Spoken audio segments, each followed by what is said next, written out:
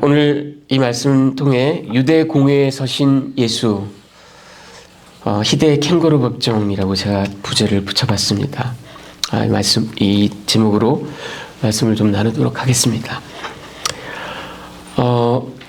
여러분, 사마천의 사기 중에 진시황 본기에 보면 이런 이야기가 나옵니다. 지록위마, 사슴을 가리켜 말이라 하다, 이런 말입니다. 여러분 잘 아시는 진시황제 아시죠? 그 엄청난 부귀 영화와 권세를 누렸던 진시황제도 결국은 죽어갑니다. 죽어가면서 유언을 남깁니다. 자기 태자 부소를 황제로 이제 봉하는 이제 그런 유언을 남기죠.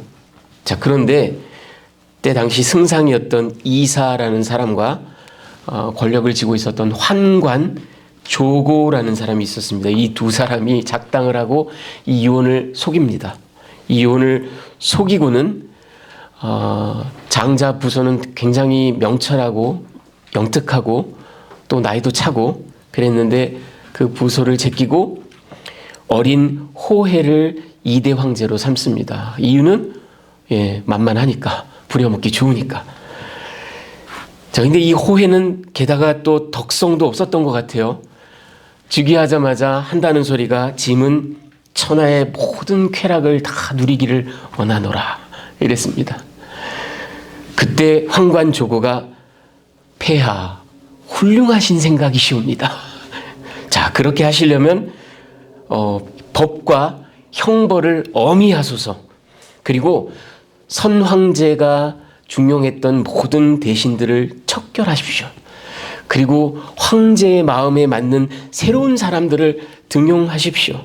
그러면 전하의 치세가, 폐하의 치세가 아주 탄탄할 것이고 온갖 세상의 쾌락을 즐거이 누리실 수 있을 것입니다. 이렇게 감언이설을 합니다. 그래가지고 이 조고가요, 결국은 선황제가 이렇게 중용했던 사람들 다 숙청하고요, 장군들까지 숙청하고요, 그리고 자기랑 작당했던 그 승상 이사까지 숙청해버리고, 그리고 왕자까지 죽여버립니다. 황자까지 죽여버립니다. 그리고는 자기 스스로가 승상이 됩니다. 여기까지도 그런데 아예 이제 거기서 욕심이 더, 내가 저 꼭두각시 호해를 없애버리고 내가 황제가 돼야 되겠다. 새로운 황제가 돼야 되겠다. 그리고는 이제 계략을, 그러면은 이제 자기 편을 딱 모아야 될 거 아니에요. 옳거니 내가 이렇게 하자. 어느 날 황제 호해에게 사슴을 한 마리 딱 데리고 옵니다. 황제 폐하, 제가 폐하께 아주 준마가 하나 있사오니 이 말을 헌상하리이다, 이렇게 했다고 얘기를 합니다. 그러니까 호해가 깜짝 놀라죠. 이게 아니, 사슴, 뿔도 나고 사슴인데 이게 뭔 소리냐. 아니, 대신들을 보고 이게 무슨 일이요? 여러 경들 눈에도 이게 말로 보이시오? 이렇게 물어봅니다. 그랬더니 어떤 사람들은 이 기세에 눌려서 찍소리를 못합니다. 땅바닥만 쳐다보고 있습니다. 어떤 사람들은 아주 보기 좋은 준마가 맞사옵니다, 뭐 이러고 이제 맞장구를 칩니다. 그 중에 어떤 사람들은 폐하, 이게 어찌 말이란 말씀입니까? 이건 사슴입니다 하고 바른 소리를 하죠. 나중에 황관 조고가 그 바른 소리를 한 사람들을 또 전부 다 잡아 죽입니다. 자, 이 이야기를 이제 근거로 해서, 시작으로 해서 이 지록위마라는 말이 생겨났습니다. 가리킬 지자, 손가락 지자, 사슴 녹자, 위할 위자, 말맞자. 그래서 윗사람을 농락하여 권세를 제 마음대로 휘두르거나 아니면 사실이 아닌 것을 강압으로 억지로 우겨서 사실이라고 얘기하는 거, 상대방에게 인정하게 하는 거, 이런 것을 두고 지록위마, 이렇게 이야기합니다. 자, 여러분, 오늘 지록위마가 나옵니다. 자, 오늘 메시지를 제가 3가지를 여러분께 말씀드릴 텐데, 그 첫 번째가 이겁니다. 공회 판결의 위법성에 대해서 좀 얘기를 하겠습니다. 예수님을 겟세마네 동산에서 잡아서 이제 대제사장 가야바의 집으로 예수님을 이제 끌고 갑니다. 그리고는 그 밤 새도록 즉결 재판이 일어납니다. 그런데 많은 성경학자들이 이 재판이 얼토당토하는, 말도 안 되는 정말 위법천지인 그런 캥거루 재판이었. 캥거루 법정이었다. 여러분, 이 산헤드린 공회예요. 이 공회라는 건 70명의 사두개인들, 그리고 장로들 또는 서기관들, 주로 사두개인들, 제사장들이 정권을 잡고 있습니다. 70명에다가 그리고 대제사장이 이제 그 의장이 되죠. 그래서 71명, 유대 최고 의결 기관입니다. 그런데 이 산헤드린, 여기서 벌어진 공회가, 가야바의 집에서 벌어진 공회가 얼마나 위법천지인지 보십시오. 첫 번째, 여러분, 재판은 반드시 낮에 하게 되어 있습니다. 반드시. 그런데 이건 뭐예요? 한밤중도 아니고 새벽, 밤을 꼴딱 세워가지고 이렇게 하고 있어요. 이게 벌써 불법이죠. 그리고 두 번째, 재판은 반드시 성전 경내에서 하게 되어 있습니다. 제가 나중에 그림을 보여드릴게요. 그런데 지금 오늘 어디서 하고 있죠? 대제사장의 사택에서 하고 있습니다. 이게 불법이에요.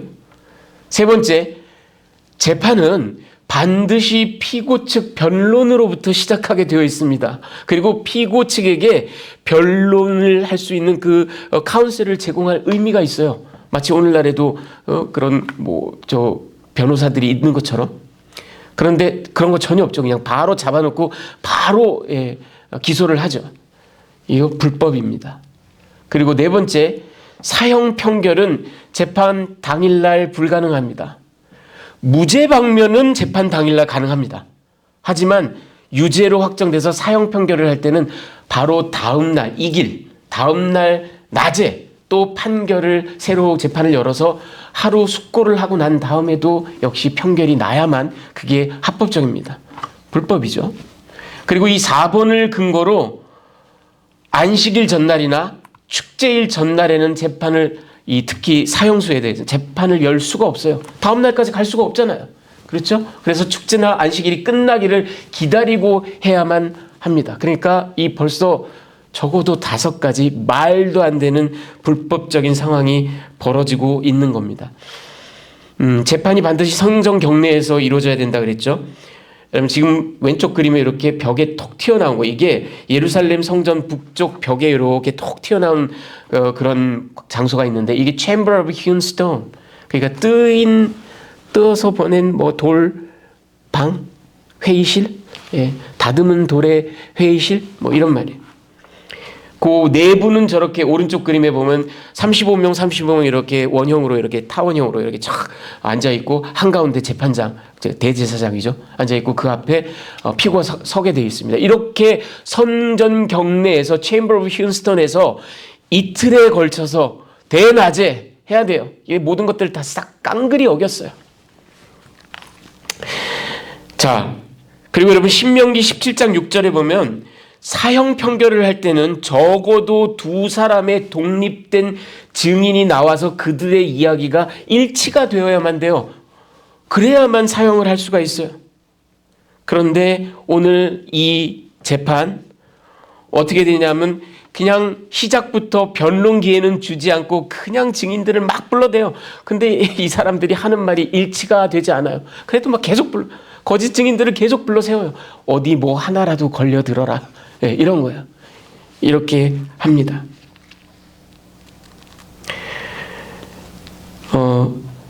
여러분, 이 거짓 증인들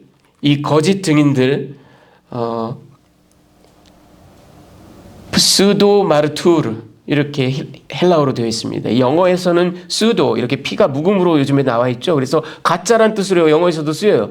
pseudo Christianity, 그럼 가짜 기독교예요. pseudo medicine, 그러면 가짜 의학이에요. pseudo martyr라는 거는 마르투르, 증인. 여기서 martyr, 그 순교자가 나왔죠. 이 마르투르인데 pseudo, 그러니까 가짜 증인이에요. 이 가짜 증인들을 계속해서 들여온 거예요. 하나 걸릴 때까지. 두 증언이 일치될 때까지. 근데 안 돼요. 안 돼요. 자, 이런 재판을 하고 있습니다. 여러분, 요즘 한국에서는 이 줄임말, 당최 뭔 말인지 못 알아들어요. 구글 찾아보기 전에는 못 알아들어요. 뭐 얼주가 여러분 얼주가 뭔지 아세요? 얼어 죽어도 아이스 아메리카노. 예. 자만추 우리 아들이 자긴 자만추야 그러더라고요. 예, 재민이가 자연스러운 만남 추구. 그런 줄임말 중에 답정너라는 게 있더라고요. 답정너. 예. 답은 정해져 있고 너는 대답만 하면 돼. 말하자면 지금 이 재판이 답정너 재판이에요. 예. 다 정해놨어요. 될 때까지 안 되면 될 때까지. 예. 그리고 제가 시작할 때 이 희대의 캥거루 법정이라 그랬죠. 여러분이 캥거루 코트라는 말은 19세기 미국에서 유래한 말입니다. 오스트레일리아가 아니에요. 19세기 미국에서 특히 골드러시 때 캘리포니아 이쪽에서 막 재판 빨리빨리 해야 될 때 왜 캥거루란 말이 붙었나 얘기를 들어보면 캥거루가 폴짝 뛰잖아요. 그러니까 이 법리도 없고 이성도 없고 상식도 없고 그냥 이게 막 증거 뭐 이런 게 팍팍 뛰는 거예요. 여기저기 도약하는 거죠. 예, 어디로 튈지 모르는 거예요. 다 정해놓고 그냥 즉석으로 그냥 팍팍 해서 바로 그냥 그 선고 때려버리는 이런 캥거루 재판.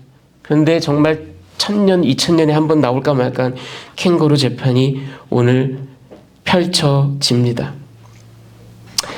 자, 그런데 이제 드디어 61절. 드디어 말이 맞는 두 사람이 나왔어요. 예. 올컨이 나왔어요.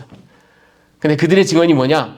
이 자가, 예수님, this fellow, 이 자가 하나님의 성전을 자기가 허물고 3일 내에 3일 동안에 다시 지어 올릴 수 있다고 하더이다. 이렇게 고소를 하는 겁니다.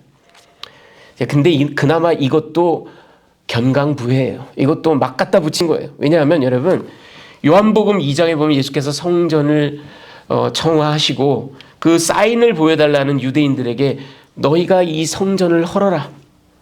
내가 사흘 동안에 다시 일으키리라. 이런 말씀을 하신 적이 있는데 바로 2절 지나서 사도 요한이 이는 해받고 죽으셨다가 다시 살아나실 자신의 육체를 두고 한 말일러라. 이렇게 코멘터리를 달고 있어요. 근데 이 얘기를 주워 들은 거지. 저 유대인들이. 게다가 마태복음 24장 2절에 보면 예수께서 이 성전을 두고 예언하신 내용이 있습니다. 돌 하나도 돌 위에 남지 않고 무너지리라. 이거는 아닌 게 아니라 한 세대 뒤에 주후 70년에 로마에 의해서 예루살렘이 그냥 초토화돼요. 그거를 예언하신 거예요. 근데 이제 이 두 개를 가지고 짬뽕을 시킨 거죠. 언제 예수님께서 자신이 성전을 헐겠다 그랬어요? 그런 말 한 적 없어요. 그리고 자신의 육체를 두고 하신 말이고. 그러니까 컨텍스트고 뭐고 다 빼고 그냥 편리한 대로 갖다 붙여가지고 이 자가 자기가 감히 성전을 무너뜨리고 그리고 나서는 또 황망스럽게도 3일 뒤에 다시 세우겠다 하더이다. 이렇게 증언을 하는 겁니다. 자, 여러분. 제가 여태까지 이 공회에서 있었던 온갖 불법적인 사실 그리고 불법적인 증인 제시, 그나마 저들이 이제 무기로 내밀고 있는 이 증거가 얼마나 황당무계한 이야기들인지를 쫙 말씀드렸는데 여기서 중요한 이야기는 이겁니다, 여러분. 이 모든 논의가 사실은 좀 무의미합니다. 왜 그러냐면요, 여러분. 엄밀하게 말하면 공회는 전혀 위법적이지 않았다라고 말할 수도 있어요. 여러분 좀 약간 이게 뭔 소린가 싶으시죠? 제가 두 가지 근거를 드릴게요. 첫째, 미슈나 산헤드린이라는 그 탈무드 랍비 문서입니다. 이 랍비 문서가 주후 200년경에 쓰여졌어요. 제가 말씀드린 그 모든 시행 세칙 있죠? 낮에 해야 되고 당일날 판결할 수 없고 변론부터 시작해야 되고 그게 다 저 미슈나 산헤드린에 나오는 이야기입니다. 주후 200년이니까 그러니까 예수님 이때 당시로부터 적어도 150년 이후 이야기입니다. 자, 그러니 예수님 당시에 이 시행 세칙이 과연 구속력이 있었는지 실행력이 있었는지 아니 심지어 존재하기나 했는지 정확하게 알 길은 없습니다. 우리가 아는 건 주후 200년부터니까. 그렇죠? 엄밀하게 말하면 그렇습니다. 자, 두 번째, 설령 있었다고 칩시다. 예수님 당시에도 성문화되지만 않았다 뿐이지 이런 시행세칙이 정확하게 있었다고 칩시다. 그렇다 하더라도 여러분 지금 대제사장 가야바 집에서 일어난 일은 산헤드린 유대 공회라고 말할 수 없어요. 왜냐하면 사형을 평결하고 사형을 집행할 수 있는 권한은 로마 집정관인 본디오 빌라도에게 밖에는 없습니다. 그러니까 지금 이 회의는 정식 공회라기보다 오늘날 우리의 형법 체계에 비추어 본다면 공판 준비기일에 해당돼요. 사전 청문회 같은 거예요. 갈 수 있냐 마냐, 본디오 빌라도 앞에 갈 수 있냐 마냐를 결정하는 거지 이것 자체가 어떤 법적 구속력이 있는 공회라고 말할 수 없어요. 자, 그렇다면 안타깝지만 여러분, 법적으로 법리적으로 따져봤을 때 이 공회의 위법성을 우리는 주장할 수가 없을지도 몰라요. 그런데 저는 이야기하고 싶습니다. 이 공회는 철저하게 위법적이었어요. 다른 이유 때문에 위법이었어요. 다른 이유 때문에.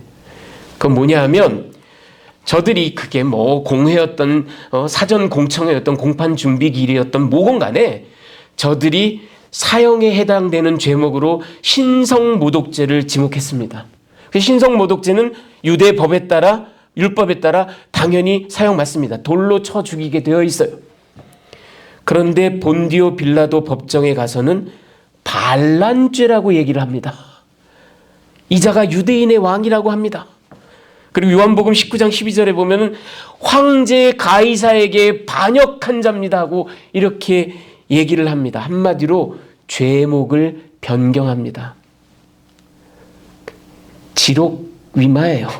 그러니까 자기네들끼리는 신성모독이라는 사슴이라고 딱 정했어요. 그리고는 그 사슴을 끌고 가서는 본디오 빌라도 각하, 이건 말입니다. 황제에 대한 반역이라는 말입니다 하고 우겨댄 거예요.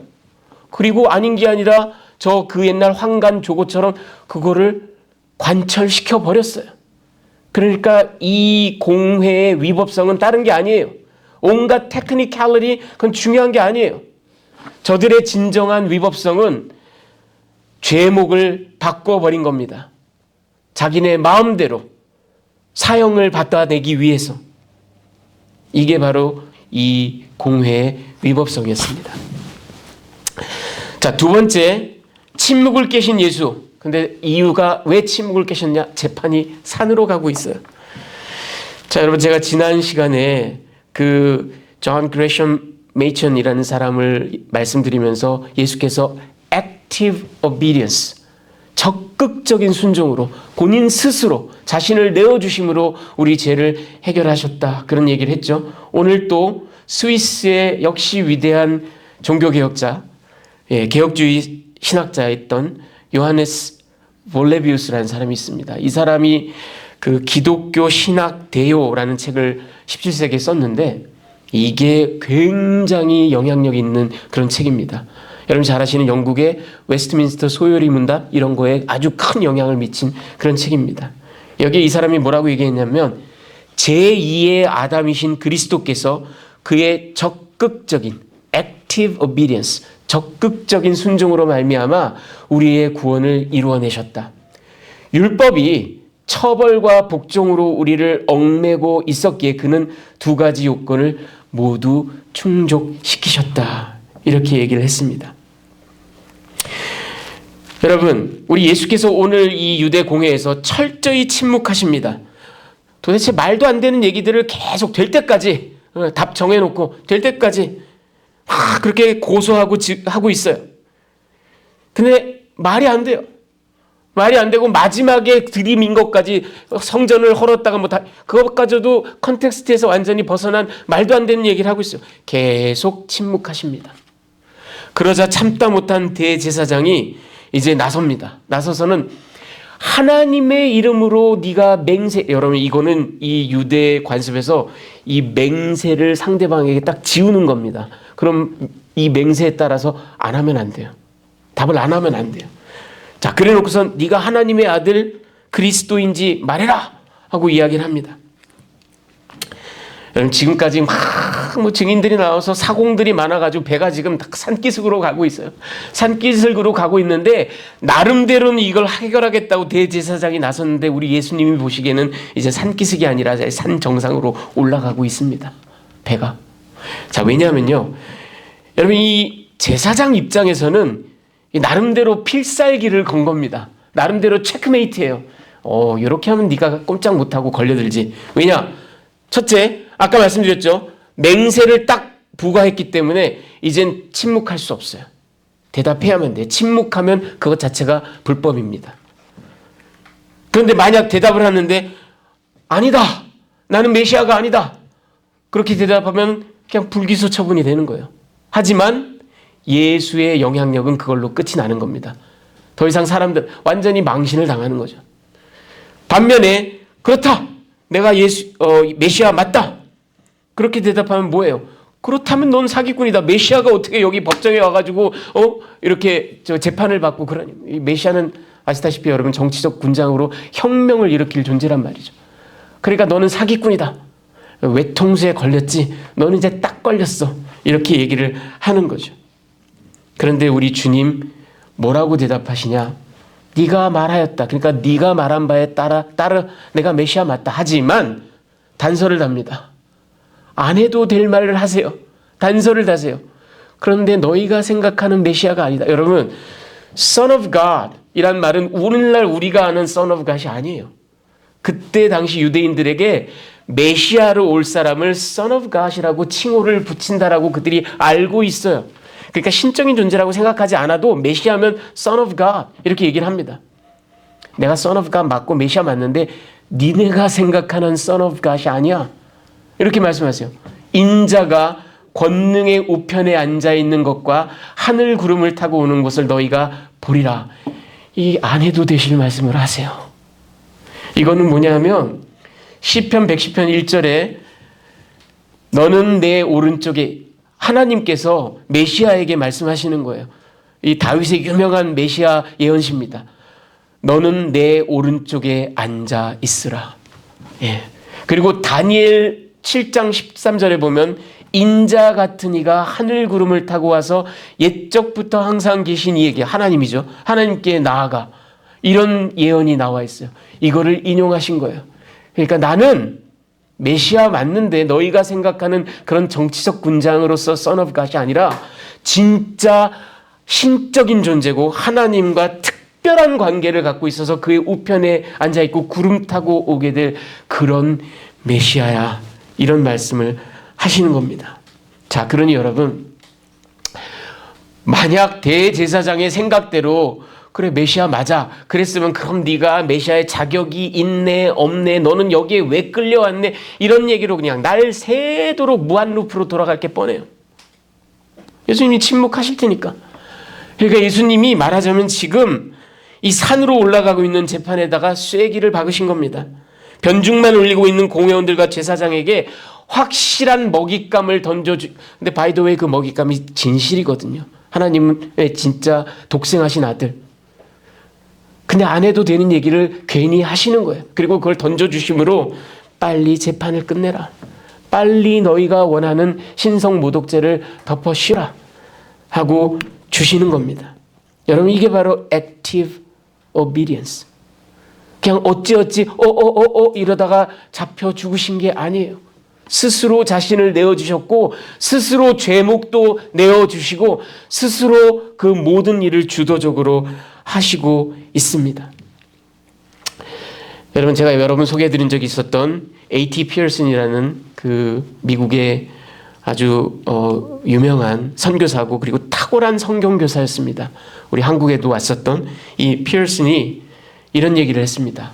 그는 목수의 작업장 출신으로 다른 모든 잘 훈련된 히브리 청년들처럼 부친의 직업을 배웠고 그가 처음으로 대중 앞에서 한 연설, 퍼블릭 스피치, 이거는 실제적인 도덕 문제에 있어서 세상이 들어본 가장 독창적이고 가장 혁명적인 설교였다.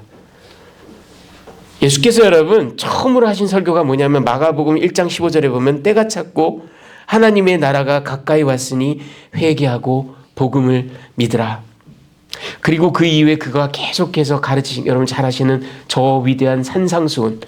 그래서 하나님의 이 새로운 율법에 대해서, 계명에 대해서 일목요연하게 소상하게 가르치시고, 그리고 이 땅에서 공생애를 통해서 그 주신 수많은 비유들을 통해서 천국 복음의 그 신비, 비밀을 풀어서 설명해 주셔서 그야말로 가장 독창적이고 가장 혁명적인 설교를 해오신 예수님. 여러분, 오늘 이 공회에서 하신 말씀이 그의 마지막 퍼블릭 스피치입니다. 마태복음에 보면 그 이후에 딱 2번 더 말씀하세요. 한 번은 본디오 빌라도 앞에서 그래 네가 한 말이 맞다, 그거고, 또 하나는 십자가상에서 나의 하나님 어찌하여 나를 버리시나이까. 그렇다면 대중 앞에서 누군가가 들으라고 하신 퍼블릭 스피치는 오늘 이게 마지막 말씀입니다. 처음도 그러하셨고 가르치신 모든 내용도 그러하셨듯이 이 마지막 퍼블릭 스피치도 여러분 가장 혁명적이고 가장 독창적이고 가장 본원적입니다. 그런 신적인 자기 천명이었습니다. 나는 너희가 생각하는 메시아가 아니다. 나는 하나님의 독생한 아들이고 그분의 우편에 앉게 될 그런 존재고 나는 신이다. 이렇게 말씀하시는 거예요. 침묵을 깨신 예수의 입에서 나오신 말씀은 이 산으로 올라가고 있는 잿바늘 확 물꼬를 그 방향을 틀어서 이제 종점을 향해 나가게끔 만드는 그런 말씀이셨고, 위대한 마지막 퍼블릭 스피치, 위대한 자기 천명이었습니다. 자, 마지막으로 제가 여러분과 나누고 싶은 이야기는 이겁니다. 누가 예수를 십자가형에 처했나? 여러분, 오늘 이 본문이요, 두고 다가오는 모든 세대 크리스찬들에게 아주 그냥 이게 그냥 걸림돌이 되고 이게 근거가 되고 이게 이유가 되어서 수많은 악행을 저질러 왔습니다. 이것과 더불어 이제 뒤에 가면 27장 25절에 이런 얘기가 나오죠. 본디오 빌라도가 손을 물로 씻으면서 나는 이 피와 아무 상관이 없다. 그랬을 때 유대인들이 그 피를 우리와 우리 자손에게 돌릴지어다, 이렇게 얘기를 하죠. 자, 이 본문들을 근거로 역사적으로 특히 중세 내내 그리고 현대까지 이 엔타이세미티즘, 반유대주의, 유대인 학살, 유대인 혐오, 이거의 근거가 너희가 예수를 죽였다. 그래서 그냥 무슨 발작 일으키듯이 틈만 나면, 때만 되면 중세 내내, 이 현대까지도. 여러분, 제가 예를 몇 개 들어드릴게요. 자, 지금 보시는 거는 이건 라일랜드 매서커라는 겁니다. 왜냐하면 여러분 잘 아시는 11세기 말에 1차 십자군 원정, 저 성지에 가서 그 예루살렘을 탈환하겠다고 회교도들을 다 끝장내고, 그것도 말도 안 되는 얘기인데 그 일이나 할 것이지, 아차 가는 길에 우리 예수를 잡아 죽인 유대인들이나 싹 다 죽이고 가자. 그리고 가면서 또 수많은 유대인들을 학살했어요. 이 라인란드 지역에서 독일 군인들, 프랑스 군인들이 2,000명이 넘는, 학자들에 따라서는 10,000명이라고 얘기하는 사람들도 있습니다. 적어도 5,000명 이상의 유대인들을 무차별적으로 학살했습니다. 이유는 너희가 예수를 죽였다. 자, 그리고 몇백 년 지나서 14세기에 여러분 잘 아시는 패스트, 흑사병, 유럽 인구의 30에서 70%를 싹 다 죽여버린 그 무시무시한 흑사병 때, 이 바젤이라는 곳에, 스위스 바젤이라는 곳에 어떤 일이 있었냐면요, 유대인 한 명을 붙잡아요. 그리고 막 고문을 해요. 불어. 마치 오늘 캥거루 법정처럼. 너희 유대인들이 우물에 독을 탔지? 그래, 사람이 막 죽도록 고문당하는데 어쩌겠어요. 예, 맞습니다. 했죠. 옳거니. 그래가지고 수백 명 되는 유대인들을 다 어떤 창고 같은 데 가둬놓고 불사질러서 죽여버렸어요. 이게 바셀 학살입니다. 2000년에 발표된 어떤 연구에 따르면 14세기에 유럽 타운들 가운데 유대인 정착촌이, 세틀먼트가 있었던 곳 293개를 조사해 봤더니 그 중에 214개 타운, 73%입니다. 214개 타운에 조직적인 학살이 있었습니다. 흑사병을 이유로. 포그롬이라 그래요. 예. 집단적이고 조직적인 학살이 있었습니다. 어디 그뿐입니까? 20세기의 홀로코스트. 600만 유대인을 학살한 나치의 그 무시무시한 범죄. 여러분, 이처럼 역사적으로 주기적으로 뭐 일만 났다 하면,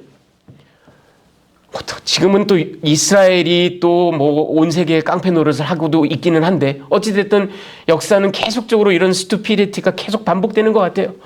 근데 어쨌든 수많은 세월 동안 이 유대인들을 계속해서 너희가 예수를 죽였지, 너희가 예수를 죽였지 하고 잡아 죽이고 학살하고 불태우고 온갖 만행을 저질렀습니다. 그런데 여러분, 이게 유대인들의 죄악 때문입니까? 또는 어떤 사람들은 아니, 이게 로마의 죄악이다. 유대인들이 아무리 그랬어도 결국은 그 예수에게 사형 편결을 내리고 사형 집행을 할 수 있는 존재는 로마밖에는 없다. 그러니까 이것은 로마의 죄악이다. 로마의 범죄다. 이렇게 주장하는 사람들도 있습니다. 수많은 역사가들이, 정치가들이, 윤리학자들이, 종교 지도자들이 갑론을박합니다. 잉크가 이 문제에 있어서 마르지를 않아요. 그런데 여러분, 결론을 낼 수가 있습니까? 이게 유대인의 죄악입니까? 여러분, 만약 이게 유대인의 죄악이면 여러분, 우리 조선의 르네상스라고 일컬어지는 영종조 시대에 비극이 하나 있었죠. 예, 1762년에 사도세자가 뒤주에 갇혀서 죽어버리는. 근데 만에 하나, 여러분, 그런 일은 절대 없지만 만에, 오늘날 뭐 K 열풍 K 뭐 난리가 났는데, 만에 하나 사도세자가 사후에 신으로 추앙됐다고 칩시다. 예, 사람들이, 세상 사람들이 막 한국을 너무 좋아한 나머지 사도세자를 신의 아들이라고. 그래가지고 막 그 사도세자가 갇혀 죽은 뒤주를 모형으로 만들어가지고 목걸이도 하고 다니고. 그러다가 이 사람들이 우리 한국 사람들만 보면 너희가 사도세자를 죽였지, 너희 노론이, 너희 조정이, 너희 영조가, 니네 조상들이 사도세자를 죽였지, 그리고 우리를 막 학살한다고 생각해보세요. 이게 말이 돼요? 말이 안 되잖아요. 이게 유대인들의 죄악입니까? 여러분, 지금 보시는 분은 칼라일 마니라는 미국의 남침내교 목사가 아주 탁월한 설교자로 유명했던 분입니다. 이분이 이런 얘기를 했어요.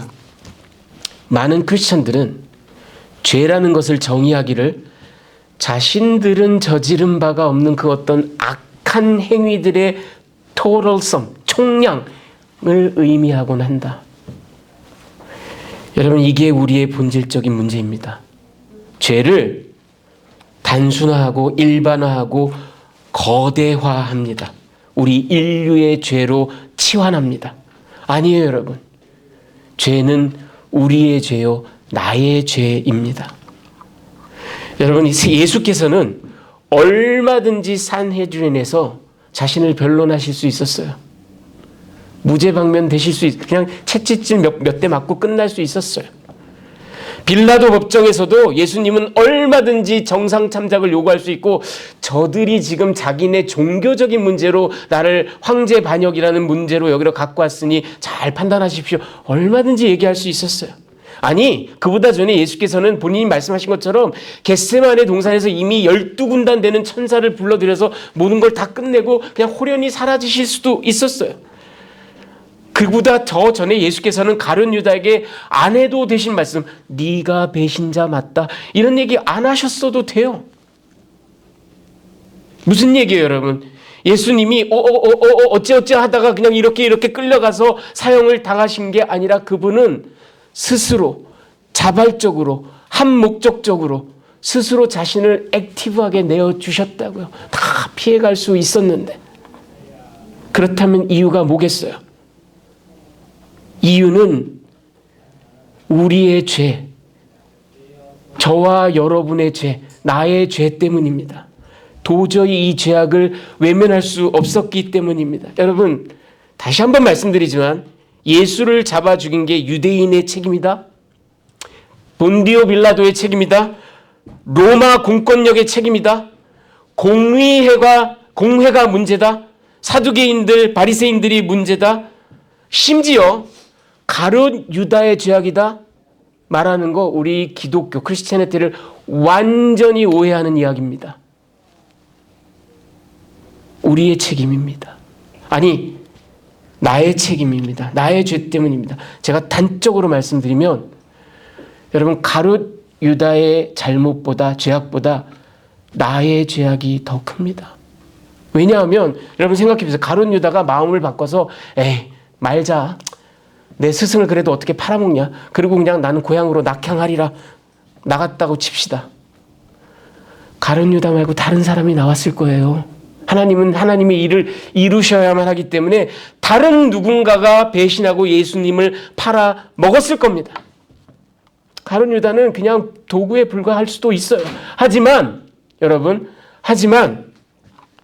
저와 여러분의 죄가 서슬시퍼렇게 살아있는 한 예수께서는 가룟 유다가 100명이 나오고 1000명이 나왔다 사라진다 할지라도 결국은 십자가 위로 올라가셨을 겁니다. 우리의 죄악 때문에.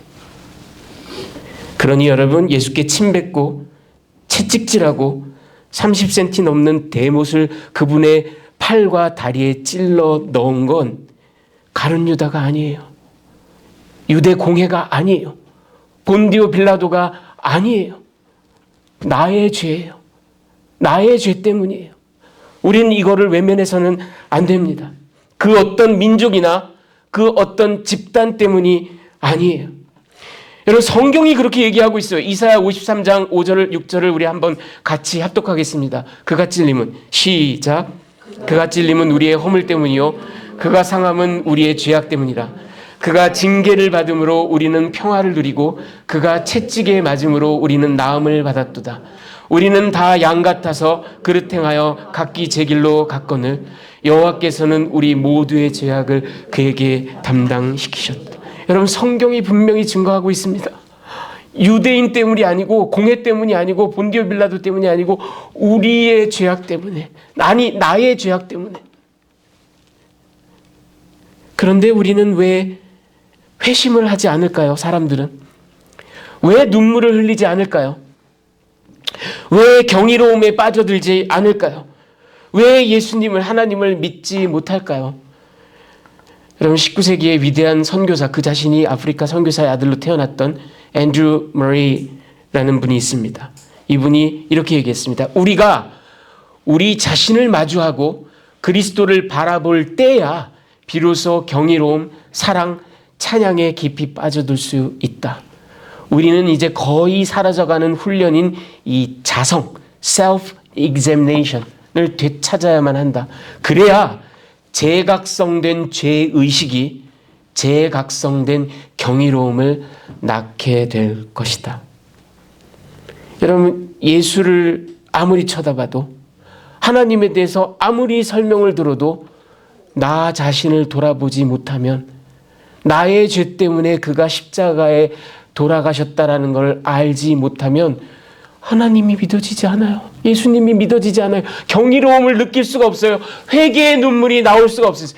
여러분, 성경은 우리에게 두 가지를 얘기합니다. 하나님이 어떤 분이신가? 그리고 내가 어떤 존재인가? 나를 돌아보지 못하기 때문에, 나의 죄악을 들여다보지 못하기 때문에, 그걸 total sum, 인류의 죄악이라고 치부하기 때문에 예수를 제대로 볼 수 없는 겁니다. 그리고 이딴 소리나 하는 거예요. 유대인들의 죄악이다. 본디오 빌라도의 죄악이다. 가룟 유다의 죄악이다.